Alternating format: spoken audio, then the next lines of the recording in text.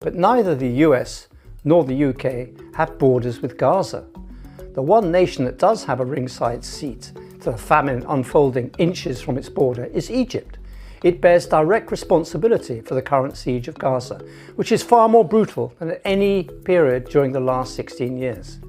Egyptian journalists staging an impromptu demonstration outside the headquarters of the Journalists Syndicate in Cairo were correct when they said Egypt is a partner in this siege.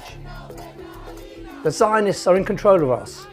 For as long as Arab blood is cheap, down, down, down with any president. Mandela's children did it, and we are cowardice, shame and humiliation. We want the crossing open, the journalists chanted. The same message is now being delivered by children, taunting Egyptian troops on the border fence.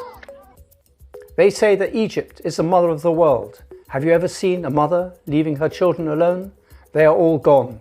God is enough for us, one said. One side of the fence, there are more than 60,000 Palestinians in urgent need of medical treatment. Some are dying in ambulances waiting for permission to cross the border. On the other side, there's a silent queue of ambulances and aid trucks. Egyptian officials think nothing of giving contradictory figures about the numbers of Palestinians that are actually going through Rafah. The Egyptian Ministry of Health claimed last month to be treating 20,000 Palestinians, while the State Information Service this month said that the true number was 1,210. Israel has no qualms about throwing Egypt under a bus over the situation at Rafah. Its defence team at The Hague, where Israel is accused of genocide by South Africa, accused Cairo of being responsible for preventing the entry of humanitarian aid into Gaza. This sparked a furious response from Egypt, who said that Rafah was under Israeli control. The truth is that for decades now, nothing, overground at least, goes through Rafah without Israeli say-so. The history of Rafah and Egypt's relationship with Gaza is complex. Previous dictators like Hosni Mubarak enforced the siege overland, but released the pressure on Gaza underground by allowing the flow of goods through the tunnels. Abdel Fattah el-Sisi brought the darkest times for Gaza. Sisi has done everything in his power to harden the siege by flooding the tunnels, by forcibly displacing the Egyptian population of Rafah to create a buffer zone at the border. Under Sisi, Egypt has lost much of its geopolitical weight. It's a country that's no longer relevant to its troubled neighbours like Sudan, Gaza or Libya. But the other factor holding Sisi back is his fear of the Muslim Brotherhood, to which Hamas is linked.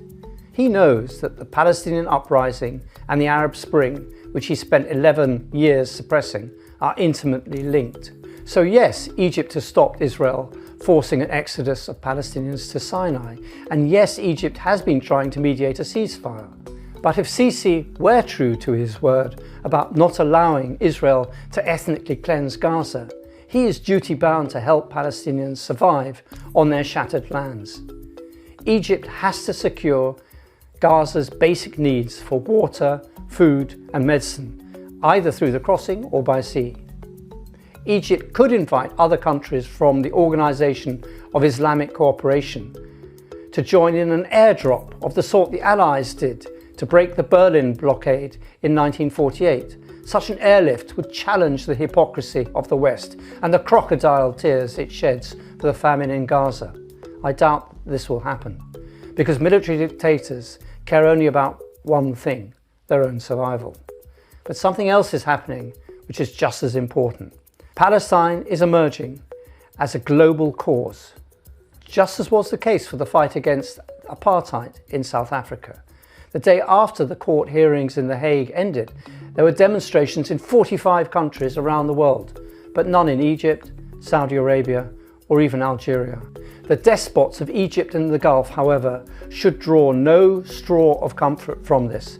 Anger is boiling in the hearts of Saudis, Egyptians, Jordanians, Iraqis, and this will eventually come to the surface and explode. The despots should beware of what they wish for. Their profound reluctance to stand up to Israel could explode in their faces.